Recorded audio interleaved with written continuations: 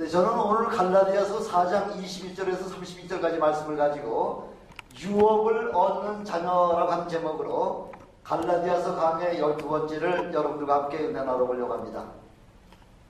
이 갈라디아서를 우리가 계속해서 읽으면서 사도 바울의 그 안타까워하는 그 마음을 우리가 읽을 수가 있지 않습니까?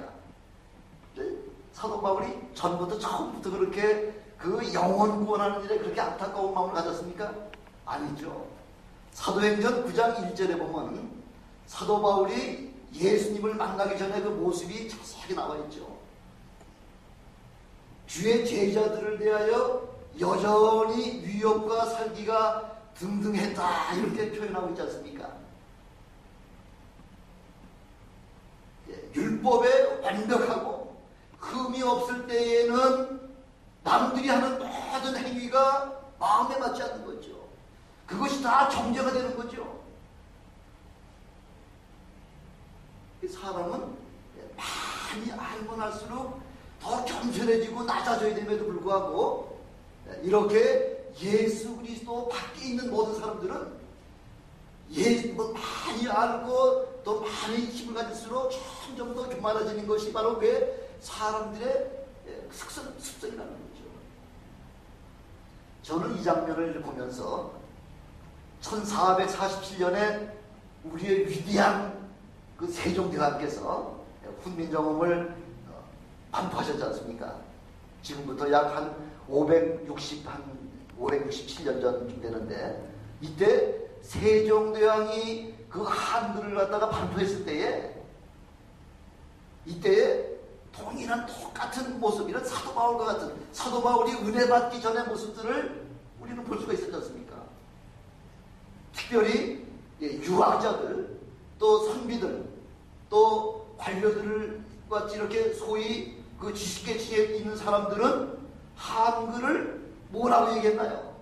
언문이다 이렇게 얘기한 거죠. 아주 얕잡은 거죠. 이건 뭐 글로다가 근로소의 취급도 하지 않냐는 아주 상대도 하지 않냐는 그런 태도로다가 한글을 접했다는 것이죠. 기껏 해봤자 이 언문은 부녀자들이나 또 남의 집에 그 종로로 사는 종들이나 이거 배워가지고서 글이나 깨우칠 정도지. 이건 우리같이 많이 하는 그런 지식자들에게는 이런 언문은 필요가 없다 해가지고 처음부터 한글을 배척을 한 거죠. 진짜 이렇게 한글이 값어치가 없습니까? 아니셨습니까? 요즘 전 세계의 언어학자들에 의할 것 같으면은 한글이야말로 세계에서 가장 과학적인 그런 글이라고 그렇게 좀 칭찬하고 있지 않습니까? 아마 우리나라가 조금 더 일찍 개화가 됐을 것 같으면은 이 한글이 전 세계 공용어가 되지 않았을까 할 정도로다가 이렇게 한글은 아주 완벽한 과학적인 글이죠. 이것이 무엇으로 증명이 되고 있습니까? 요즘 제일 최고의 산업인 IT 산업에 바로 한글이 이 IT 산업을 주도하고 있는 것을 보면은 한글이 이렇게 엄청나게 과학적으로다가 만들고 있다는 거죠.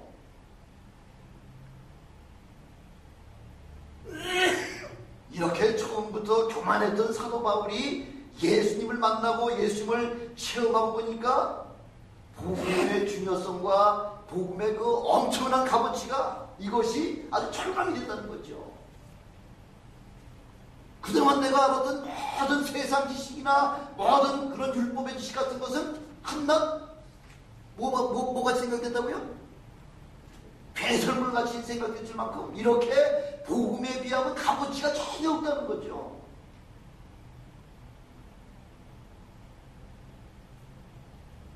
율법의 행위에 익숙한 사람들은 사람들이 보기에 이렇게 율법에 익숙한 사람들은요 복음을 봤을 때에 복음을 아주 우습게 하찮은 거로 봤다는 거죠.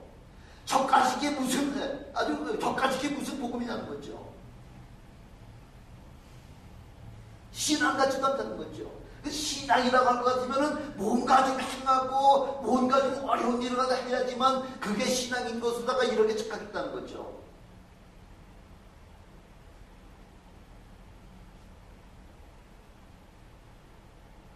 그러나 사도 바울이 이렇게 율법에도 통달할 뿐만 아니라 복음에도 주님을 직접 체험하고 난 이후에 이렇게 체험하고 나니까 복음이 내가 생각했던, 내 관념적으로 생각했던 그런 말씀이 아니었다는 거죠. 그 복음의 말씀은 바로 우리의 죽었던 영혼을 살려주는 그런 놀라운 생명의 말씀이 바로 복음의 말씀이라는 거죠. 그때부터 복음을 모르는 영혼들을 향한 구원의 그 삶과 그 열정이라고 하는 것은 그의 남은 삶을 온전히 그 일에만 전심을 다해서 그렇게 헌신하는 사도 바울의 모습을 우리가 그렇게 사도행전을 통해서 우리가 잘 알고 있지 않습니까?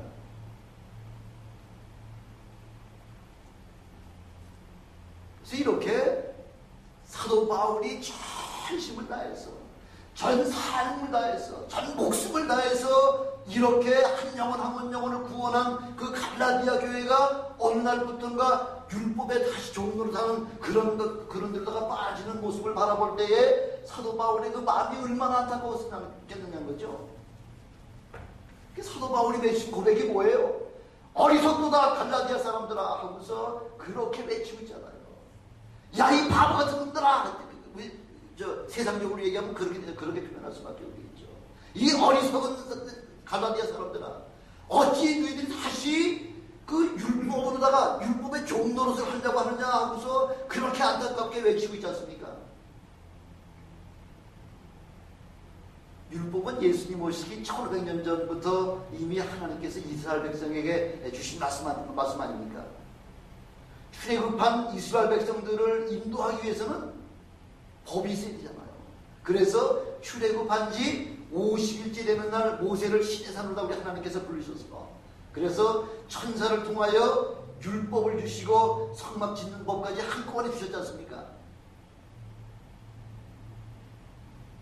그래서 유대교에서는요, 이 오순절날 율법을 받았기 때문에 유대교의 탄생일이다, 유대교가 창설된 날이다, 그렇게 이야기를 한다는 것이죠. 구약교회만 그런 거 아니지 않습니까? 우리 신약교회에서는 어떻습니까? 예수님께서 승천하시면서 너희들은 하나님께서 예언해 주신 말씀대로 성령이 너희에게 임하실 때까지 예루살렘을 떠나지 말고 전심으로 기도하라고 하는 그 명령을 하시고 난 다음에 우리 주님이 승천하셨잖아요.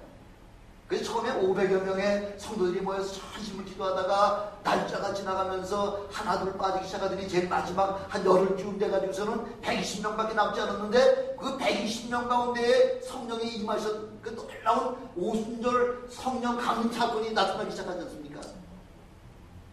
예수님이 승천하신 지 열흘 만에, 예수님께서 사망의 권세에서 부활하신 지 50일째 되는 바로 그날에 성령께서 바로 120문도에게 부어주셨다는 것이죠.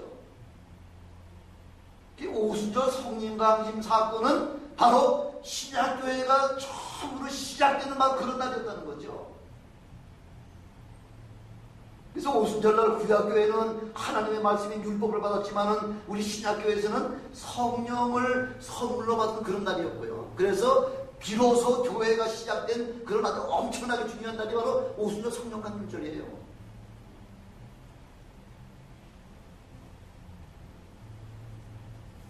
이렇게 우리가 은혜를 체험하지 못하면요, 구약을 아무리 수십 번, 수백 번, 수천 번 우리가 읽고 그걸 연구하려고 한다고 하더라도 구약을 도무지 깨달을 수가 없는 거예요. 왜? 구약의 모든 예언의 말씀은 예수님에 대한 그 비유의 말씀으로 기록한 것이기 때문에 100% 구약은 오실 예수 그리스도에 대한 예언의 말씀을 기록해 놓으신 거기 때문에 오신 예수 그리스도를 깨닫지 못할 것 같으면 구약을 하나도 이해할 수 없는 거죠. 지금 2000년이 지난 지금까지도 아직까지도 유대 백성들은 그 구약의 참 의미가 무엇인지 그걸 깨닫지 못하고 있다는 거죠. 그래서 히브리서 10장 1절에 보니까 율법은 장차 오는 좋은 일의 그림자요 참 형상이 아니므로 언제든지 그런 제사를 통해서는 우리를 온전케 할 수 없다, 이렇게 말씀하고 있지 않습니까? 장차 오는 좋은 일의 그림자라는 거죠. 참 형상이 아니라는 거죠. 그림자라는 거죠. 그림자. 그림자를 보고서 사물을 봤을 때는 그림자를 보면서 사물을 본다고 하는 것은 마치 얼굴에 수건을 쓰고서 사물을 보는 것과 마찬가지로 희미하다는 거죠. 전혀 그 실체가 무엇인지 깨달을 수가 없다는 거죠. 예수님이 누구신지 알지 못하고 예수님을 체험하지 못하면은 구약의 실마리를 풀어나갈 수가 없는 것입니다. 한낱 이스라엘의 역사책에 불과한 것이죠. 요즘 여러 자유주의 신학자들에 의하면요, 그런 사람들 중에서 많은 사람들이 창세기 1장부터 창세기 11장까지의 그 모든 내용을 하나님의 말씀으로다가 믿질 않냐고요? 하나의 신화로다가 믿고 있다는 거죠. 여러분, 창세기 1장부터 11장까지 신화로다가 믿게 되면 여러분 구원됩니까? 구원 안 돼요. 구원과 상관이 없습니다. 왜 창세기 3장 15절에 벌써 여인의 후손하고 여인의 후손에 대해서 이야기를 하고 있고요. 이사야서에 보니까 그 여인의 후손은 동정녀로 말미암아 태어날 것이라는 것을 분명하게 우리에게 구약에 다 말씀해 주셨음에도 불구하고 예수가 하나님의 아들이시요 우리의 메시아라고 하는 것이 그것을 마음에 받아들이지 않습니까? 그러니까 구약은 아무런 지금 쓸모가 없는 거죠. 해석이 되지 않냐는 거죠. 사도 바울 같은 사람도 예수님을 그 다메섹 도상에서 만나기 전에는 동일한 그렇게 바로 예수라고 하는 한 청년은 아무것도 아니한 한 목수에 불과한 그런 사람들밖에 깨닫지 못했다는 거죠.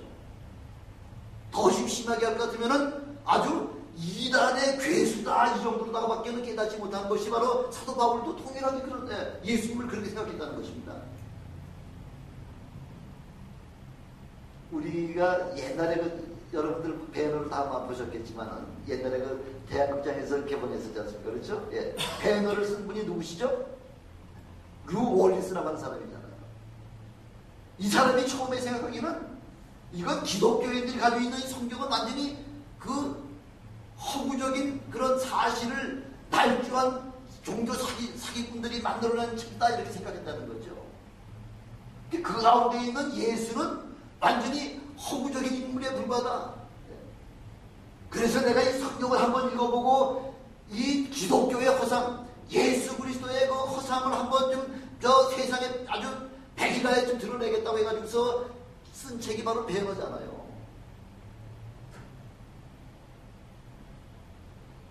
그래서 쓴 책이 아니라 그래가지고서 그렇게 세상에다 공부하려고 했는데 성경을 읽다 보니까 이 바로 예수가 하나님의 아들이신 것이 그게 깨달아졌다는 거죠. 성경을 읽다가 예수가 하나님의 아들이신 것이 깨달아지면서 그래서 쓴 것이 바로 배너라고 하는 책입니다.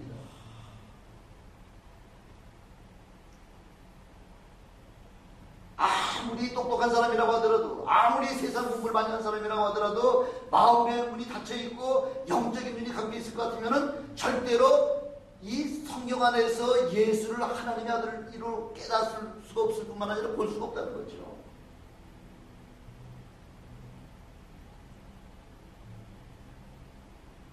아무나 구원받는 거 아니에요. 몇 번 말씀드리잖아요. 세계 70억 가운데 누구든지 다 와서 믿는 자들에게는 구원의 그 반열에 참여시키겠다고 그 복음의 문을 활짝 열어놓고 계시지만 지금 세상 사람들이 다 복음을 영접을 했습니까? 아니잖아요. maybe 10억 정도도 아마 제대로 그 구원의 반열에 들어선 사람이 아마 10억도 안 될 겁니다. 그래서 이 성경을 읽고 하나님의 말씀을 들으면서 예수가 하나님의 아들이시오 바로 우리의 구세주인 것이 그것이 깨달아진다고 할 것 같으면요, 그런 사람들 여러분들은 엄청난 축복의 반열에 들은 사람이라는 거죠. 주님께서 주님을 세상 사람들이 무엇으로 알기를 원합니까? 주는 그리스도시요 살아계신 하나님의 아들이십니다. 이 고백이 그 고백을 베드로가 했을 때 그 베드로의 그 주님께서 얼마나 기뻐하셨나요? 얼마나 감격하셨어요? 그런 고백이 베드로뿐만 아니라 저와 여러분들 모두에게 동일한 고백이 되시길 주님의 이름으로 축원합니다. 이런 고백이 없으면 결단코 하늘나라에 들어갈 수가 없습니다. 사도 바울이요. 사도 바울이 지금 갈라디아서 쓰면서 사도 바울이 무슨 출신이에요? 어디 출신이에요? 유대교 랍비 출신이잖아요. 그 랍비 출신들은 어려서부터 공부를 그 율법을 공부하는 그 서기관들은요 어려서부터 성경을 여러 가지 아주 변증법적으로다가 그렇게 토론을 하면서 이렇게 모든 그 진리를 갖다 깨우쳐 나가는 것이 바로 유대 랍비들이 하는 방법인데 사도 바울이 바로 유대 랍비 출신이잖아요. 그래서 지금 사도 바울도 지금 유대 율법주의에 빠져 있는 사람들을 향해서 지금 이렇게 랍비가 하는 방법으로다가 그렇게 변증법적으로다가 지금 그렇게 설명을 하고 있는 거죠. 유대주의자들에게 제일 지금 설명을 하려고 할 것 같으면 뭘 가지고 설명하는 게 제일 쉬울까요?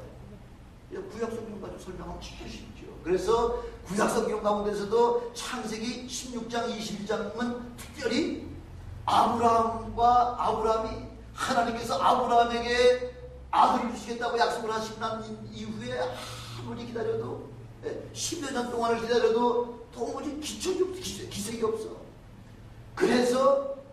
그래서 그 창세기 16장에 그 사라가 자기 몸종 그 하가를 아브라함에게 집어넣어가지고서 그래서 아이를 하나 낳은 것이 바로 이스마엘이잖아요.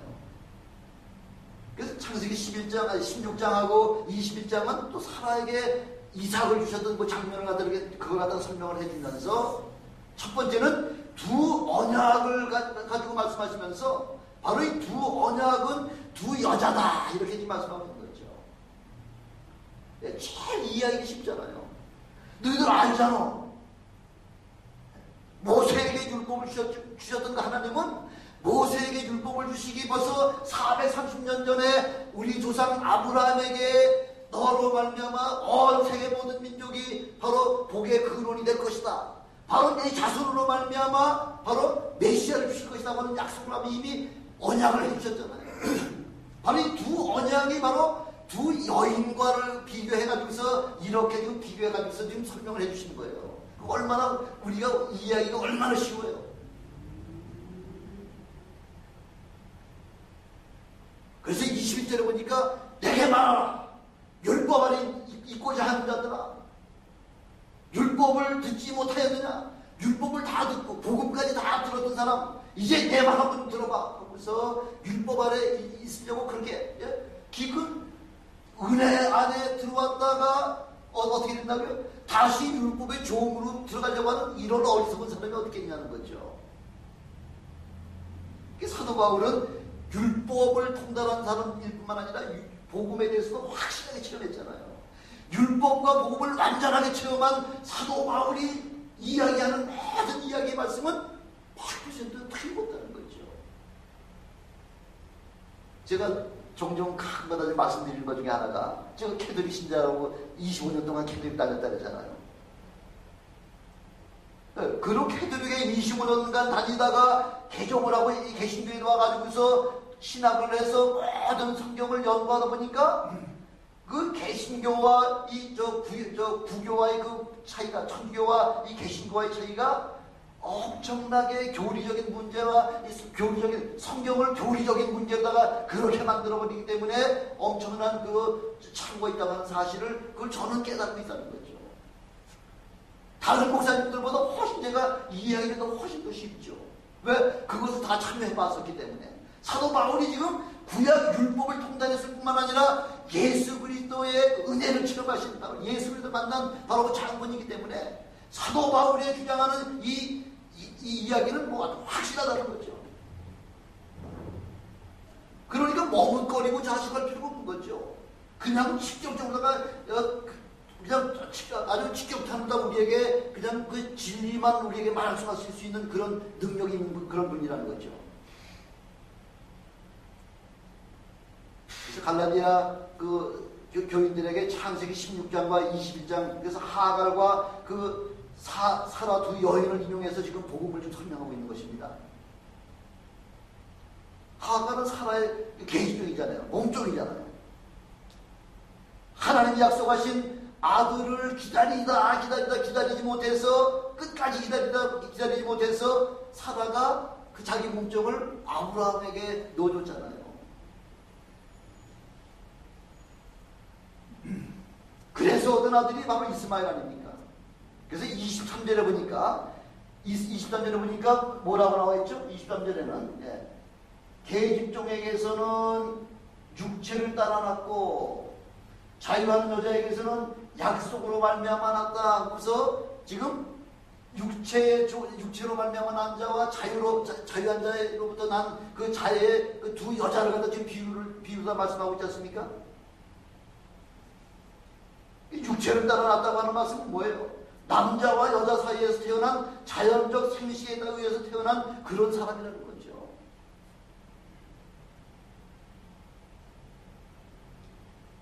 하나님의 약속에 의해서 난 자가 아니기 때문에 그래서 우리 하나님께서는 그 이스마엘에게는 유업을 줄 수가 없다고 하는 것을 그걸 우리에게 창세기 벌써 16장에 우리에게 분명히 말씀해주고 있는 거죠. 육신으로 말미암아 단 그런 육체의 자녀에 대해서는 없다는 거죠. 그런 유업이 없다는 거죠. 한나라를 우리에게 기업을 주시지 적이 없다고 얘기하고 있지 않습니까? 그러나 이삭은 하나님의 약속에 따라서 자유한 여자에게서 태어났기 때문에 그래서 유업을 얻을 수가 있다는 것입니다. 이 역사적인 사건이 바로 율법과 복음의 관계를 아주 설명해주고 있는 것입니다. 그냥 써진 거 아니에요. 이 사건이 바로 장차 있어야 될 그 은혜의 사건을 설명하기 위해서는 이 사건을 이미 예표로 우리에게 보여주셨다는 것이죠. 아무리 율법이 복음보다 1500년 그 일찍 나왔다고 하더라도 결국 율법은 복음에 종속되는 그런 섬기는 법이라는 거죠. 종로를 타는 법이라는 거죠. 이스마엘은 이삭보다 몇 살이 더 후회해요? 13살 이잖아요. 그래서 이스마엘이 이삭을 핍박을 했다는 거죠. 이와 같이 현재도 율법주의자들은 본질을 망각해버리고 지금 복음 받은 자들을 지금 핍박하고 있다는 거죠. 그래서 데살로니가 전서 2장 15절에 보니까 유대인은 주 예수와 선지자들을 죽이고 우리를 쫓아내고 하나님을 기쁘시게 아니하고 모든 사람에게 대적이 되었다 이렇게 말씀하고 있지 않습니까? 율법의 용무라고 하는 것은 율법의 용무는 구원이라는 그 유업을 얻지 못하는 자들에게 다만 예수께로 인도하는 뭐라 그랬죠? 지난번에 배웠죠? 뭐예요? 율법의 용무가 뭐예요? 몽학 선생이에요. 몽학 선생이라는 것은 아주 쉬운 말로다가 튜더예요. 튜더. 가정 교사예요. 도무지 우리 율법 가지고서 구원받지 못하는 이 사람이 모든 인간에게 하나님께로 메시아에게로 인도하는 그 안내자 역할밖에 하지 못하는 게 바로 율법의 용무라는 거죠. 그래서 두 언약 중에 하나는 하나님과 아브라함과 맺은 그 약속이고요. 바로 은혜로 주신다는 약속이죠. 그래서 갈라디아 3장 16절에 보니까 오직 하나를 가리켜 내 자손이라 하셨으니 곧 그리스도라 이렇게 말씀하고 있잖아요. 아브라함을 택하신 것은 자손들을 축복해 주기 위해서 하는 게 아니에요. 오직 한 사람 구원받은 약속의 자손 예수 그리스도를 이 땅에 오시게 하시려고 아브라함을 택해 주셨다 이렇게 말씀하고 있는 것입니다.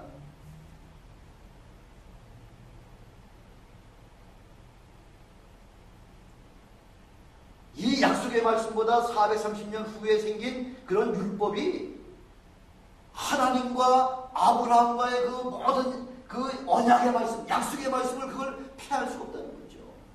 어느 게 더 권위가 있다는 거예요? 하나님께서 아브라함에게 하신 언약이 더 권위가 있다는 거예요. 율법보다는.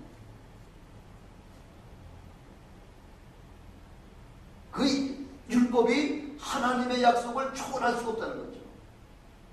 그래서 25절에 보니까 하가는 어떻게 비유를 하고 있어요? 25절에 보니까 하가는 여기 하갈인데 여기 또 하가라고도 번역을 했죠. 하갈은 아라비아에 있는 신의 산이다 이렇게 이야기하고 있죠. 아라비아에 있는 신의 산이라는 거죠. 그게 바로 하갈을 그렇게 비유하고 있는 거예요. 왜? 거기서 율법을 시내산에서 율법을 받았기 때문에 그래서 하갈은 바로 아라비아에 있는 시내산과 같다 이렇게 율법으로 비유하고 있다는 것입니다. 종이라는 거죠. 그러면서 뭐라고 얘기해요? 지금 있는 예루살렘과 같은 데니 예루살렘에 뭐가 있죠? 사도 바울 당시 예루살렘에 뭐가 있어요? 성전이 있죠. 거기서 성전을 제사를 하죠. 그 안에 율법 가지고서 그렇게 사는 바로 지금 이 예루살렘과 같은 게 바로 하갈이라는 거죠. 신의 산은 약속의 땅이에요? 아니에요. 약속의 땅이 아니에요. 신의 산에서는 율법을 받은 것이기 때문에 지금 있는 바로 예루살렘과 같다 그렇게 말씀하고 있는 거예요. 26절에 보니까 뭐라고 나와 있죠? 26절에는 오직 위에 있는 예루살렘은 자유자니 위에 있는 예루살렘이 뭐예요? 새하늘과 새 땅이잖아요. 그죠? 예, 새 예루살렘이잖아요. 새 예루살렘. 바로 구원받은 모든 사람들이 가야 될 바로 새 예루살렘이 바로 살아나는 거죠.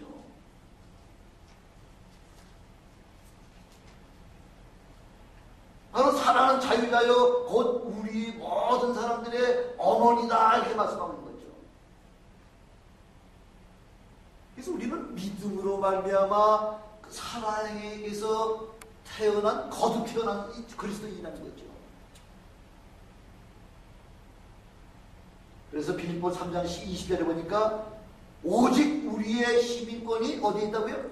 하늘 안에 있다는 거죠. 이미 여러분들은 이 사라로 말미암아 약속의 자녀 안에 들어와 있기 때문에 우리 모두는 우리의 소망은 이미 우리의 유업은 바로 천국에 있는 바로 그곳이 천국 시민권이 바로 우리의 소유권이 있다 하면서 그렇게 말씀하고 있는 것입니다. 그것뿐만 아니라 27절에 보니까 약속의 자녀들이 육신의 자녀들보다 더 많다 이렇게 말씀하고 있죠. 약속의 자녀들이.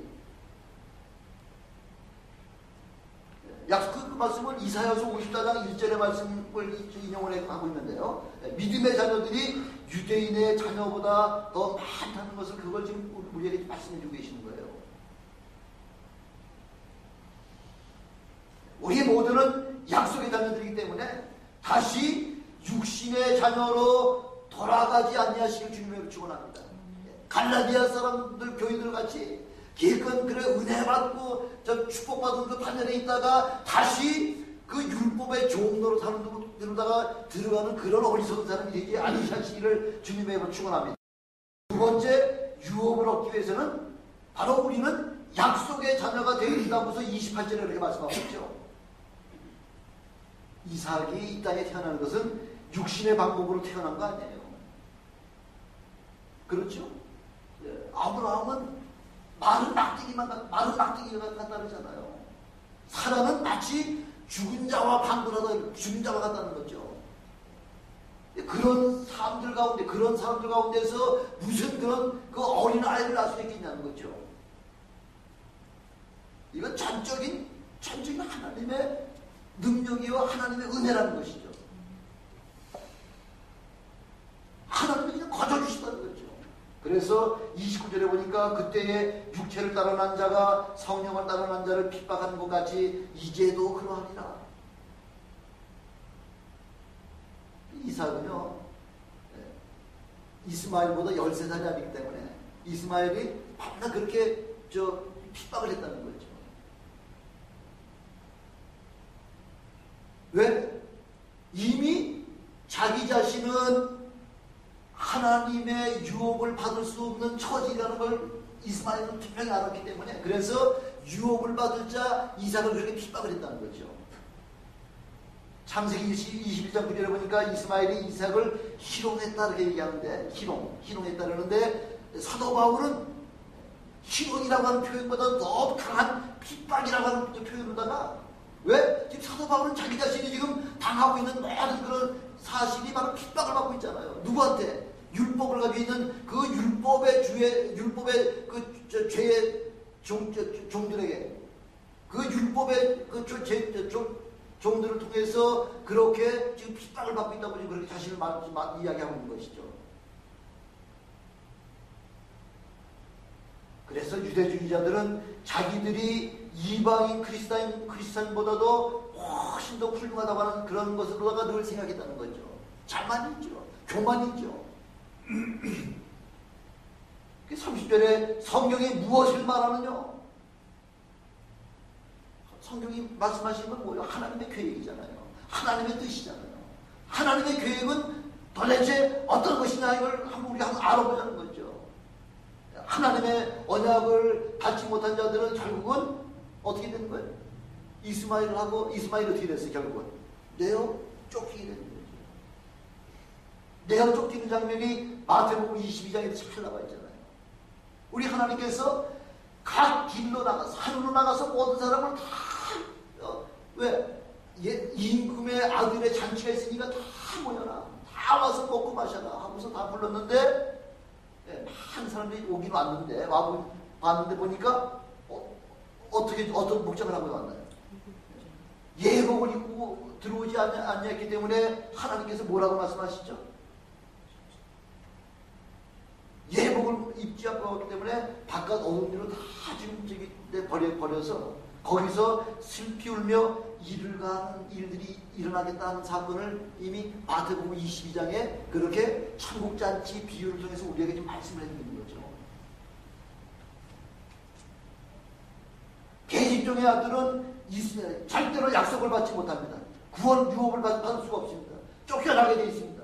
그래서 갈라디아 교인들에게 이미 자유함을 얻은 너희들은 이제 더 이상 그런 율법의 종로를 타지 말고 이제 자유하는 여자의 아들같이 그렇게 행하라 하면서 그걸 우리에게 지금 말씀을 해주고 있는 것입니다. 지난 시간에 우리가 서로 은혜 받은 그 말씀의 제목이 뭐였죠? 해산의 고통이라잖아요. 해산의 고통. 사도 바울은 이렇게 한 영혼을 구원하는 일에 대충 구원시킨 거 아니에요. 해산의 고통을 통해서 물과 피를 다 쏟으면서 그렇게 해야지만 한 영혼이 태어나듯이 이렇게 해산의 고통을 통해서 구원시켜놓은 그 갈라디아 교회와 여기 앉아계신 여러분들 그 영혼들이 다시 한번 그렇게 죄의 종으로 들어가지 말아달라 하는 것을 그걸 우리에게 지금 그렇게 말씀하고 계십니다. 신앙은 형식적인 것이 아니에요. 인격 대 인격, 얼굴과 얼굴이 우리가 주님을 마주보면서 이렇게 아주 확실하게 손에 잡은 것 같이 눈으로 본 것 같이 귀로 들는 것 같이 이렇게 아주 확실한 것이 바로 그게 구원이라는 거죠. 피상적인 것이 아니라 이렇게 확실한 구원의 은혜를 체험하는 저와 여러분 되시길 주님의 이름으로 축원합니다. 주님의 이름으로 축원합니다. 기도하시겠습니다. 전능하신 아버지 하나님 감사합니다. 아버지 하나님, 참으로 사도 바울은 오늘 갈라디아서를 통해서 다시 한번 유업을 얻을 자녀가 되라 하고 우리에게 지금 그것을 말씀하고 있습니다. 아버지 하나님, 갈라디아 교회 교인들은 그렇게 사도 바울을 통해서 하나님의 엄청난 은혜를 받고 구원의 반열에 참여하고 하나님의 자유한 자의 자녀로서 이렇게 하나님의 아들로서의 아들딸로서의 자녀에 대한 그런